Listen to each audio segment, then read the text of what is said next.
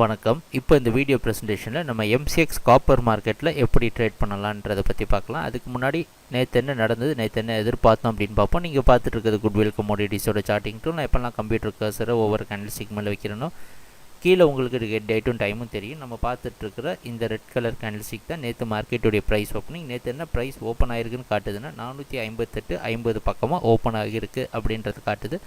அது முன்னாடி நாள் மார்க்கெட்டோட ப்ரைஸ் ஓப்பனிங்கை விட பக்கமாக ஓப்பன் ஆகிருக்கு. நேற்று என்ன நம்ம எதிர்பார்த்தோம் அப்படின்னா, அதுக்கு முன்னாடி நாள் மார்க்கெட் கீழே க்ளோஸ் ஆகியிருந்தாலும் காப்பர் மார்க்கெட் அப் ட்ரெண்டில் போகிறதுக்கு வாய்ப்பு இருக்குது. 456 452 ஒரு தரமான சப்போர்ட்டாக இருந்து காப்பர் மார்க்கெட் அப் ட்ரெண்டில் போகிறதுக்கு வாய்ப்பு இருக்குது அப்படின்றது நம்மளோட எதிர்பார்ப்பு. நேற்று என்ன நடந்ததுன்னு பார்ப்போம். ப்ரைஸ் ஓப்பன் ஆனதுக்கு அப்புறம் கூட ஓரளவு ஒரு ட்ராப் இருந்திருக்கு. 457.50 வரைக்கும் வந்துட்டு மறுபடியும் பவுன்ஸ் பேக் ஆகிருக்கு.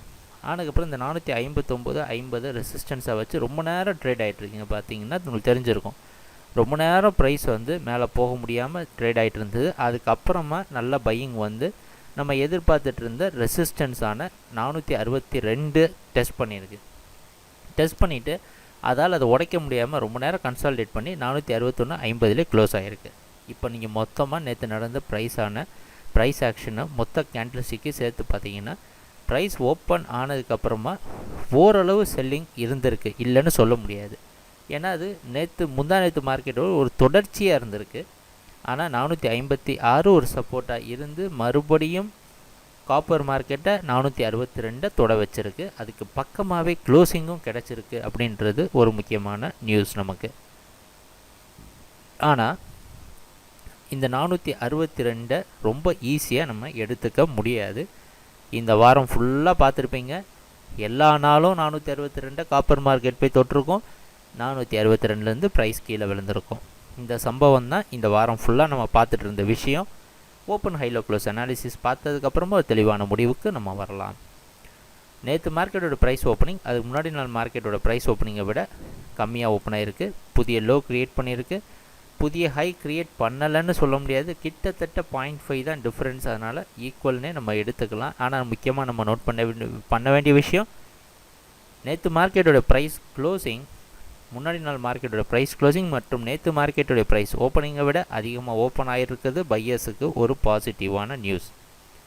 சரி, இன்றைக்கி என்ன செய்யலாம்? இந்த இன்ஃபர்மேஷன்லாம் வச்சு இன்றைக்கி என்ன செய்யலான்னு பார்த்தோன்னா, சப்போஸ் ஒரு உதாரணத்துக்கு இன்றைக்கி காப்பர் மார்க்கெட் 462க்கு மேலே ஓப்பன் ஆகிடுச்சு அப்படின்னா ஒரு தெளிவான க்ரீன் சிக்னல் பையர்ஸ் எல்லாத்துக்கும் கிடச்சிருக்கும். இது நிறைய பையர்ஸை புல் பண்ணும். மார்க்கெட் நம்ம எதிர்பார்க்குற மாதிரி 465-20 போன்ற பல லெவல்ஸை தொடுறதுக்கு வாய்ப்பு உள்ளது. அப்படி இல்லை, ஏன்னா அந்த லெவலில் என்னென்னு பார்த்துப்போம்.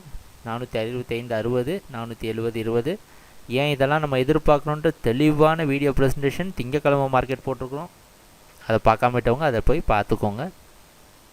ஆனால் காமெக்ஸ் மார்க்கெட், வெளிநாட்டில் இருக்க காமெக்ஸ் மார்க்கெட்டை வச்சு பார்க்குறப்ப இன்றைக்கி மார்க்கெட்டோட ப்ரைஸ் ஓப்பனிங் 460லேருந்து 459க்கு உள்ள, அதாவது 459 ஓப்பன் ஆகிற மாதிரி காட்டுது.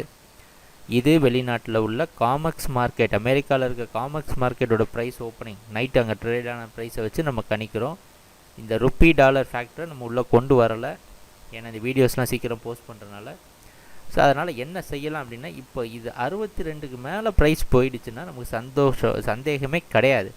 ஆனால் இந்த 62 பாருங்கள், எத்தனை தடவை 462 தொட்டு ஃபெயிலியர் ஆகிருக்கு இந்த வாரம் ஃபுல்லாக. ஸோ அதனால் இதுதான் நமக்கு கவலை தர ஒரே விஷயம். பையர்ஸ்க்கு கொஞ்சம் ஜாக்கிரதையாக இருக்க வேண்டிய நேரம் இது. ஏன்னா அவ்வளோ சுலபமாக 62 எடுத்துக்க முடியாது. அதனால் என்ன ஒரு சின்ன மாற்றம் பண்ணியிருக்கோன்னா, நேற்று மார்க்கெட்டில் என்ன சொல்லியிருந்தோம், 452 வரைக்கும் பையிங் இருக்குன்னு எதிர்பார்த்தோம். ஆனால் ரொம்ப அதிகமாக இந்த இடத்துல ரெசிஸ்டன்ஸ் எடுத்துகிட்ருக்க காரணத்தினால 456 வரைக்கும் பை பண்ணலாம்.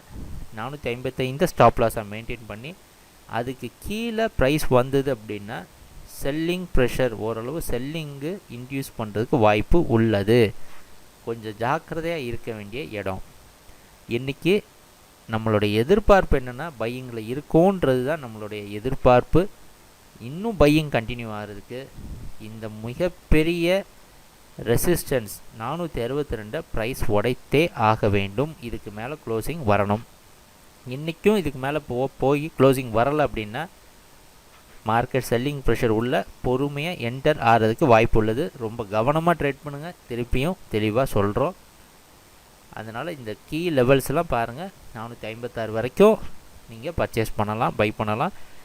உங்கள் ட்ரேடிங் டெசிஷனை கொஞ்சம் சுலபமாக எடுக்கிறதுக்காக குட்வில் கமோடிட்டிஸோட சார்ட்டிங் டூலும் ரொம்ப உதவியாக இருக்கும் அப்படின்றதுல எந்த சந்தேகமும் கிடையாது.